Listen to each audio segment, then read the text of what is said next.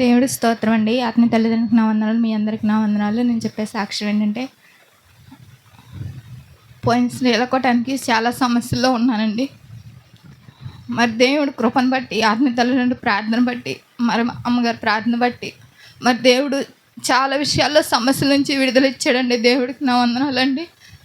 మరి పోయినసారి నా బిడ్డకి బాగా బలహీనత వచ్చిందండి. మరి సమయానికి కూడా అన్నం తినేవాడు కాదు.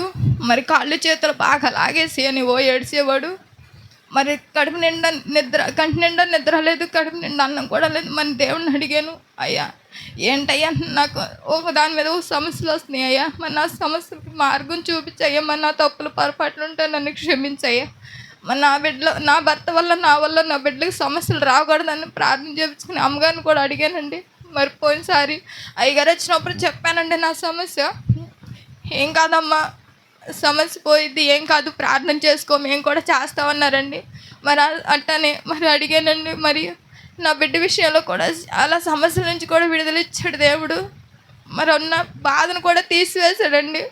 మరి అమ్మగారు ప్రార్థన బట్టి మరి అమ్మ అట్ట కాదమ్మ ఇట్లా చేయని అన్నారండి. మరి అట్లాగే అమ్మగారు చెప్పినట్టు విని, ఆత్మీయ తల్లిని చెప్పినట్టు విని, మరి నేను చేసుకున్న ప్రార్థన బట్టి దేవుడు నాకు ఎంతో మేలు చేశాడండి. నా బిడ్డకు మంచి ఆరోగ్యాన్ని ఇచ్చాడండి. ఇప్పుడు నా బిడ్డ పనికి కూడా వెళ్తున్నాడండి. మరి నిజంగా నా బిడ్డ లేనండి నాకు ఏ ఆధారం లేదు.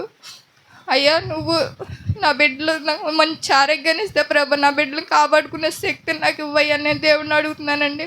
మరి ఇదేనండి నా సాక్ష్యం. నా గురించి, నా బిడ్డల గురించి మీరు అందరూ అనుకున్న ప్రార్థనలు జ్ఞాపకం చేసుకుని నా ఆత్మీయ తల్లిదండ్రులను అడుగుతున్నానండి. మరి నాకు సమస్యల మీద బలహీనత బాగా వస్తుందండి. నాకు ఆ బలహీనత పోవాలని టెన్షన్లో చాలా ఇబ్బంది పడిపోతుందండి. మరి వెనకాల నుండి ఎవరో తోసేసినట్టు ఉంటుందండి. మరి ఆ టెన్షన్ కూడా తీసివేయాలని దేవుడిని అడుగుతున్నానండి. మరి ఆత్మీయ తల్లిదండ్రులు ప్రార్థించమని మరీ అడుగుతున్నానండి. మీ అందరికీ నా వందనాలు.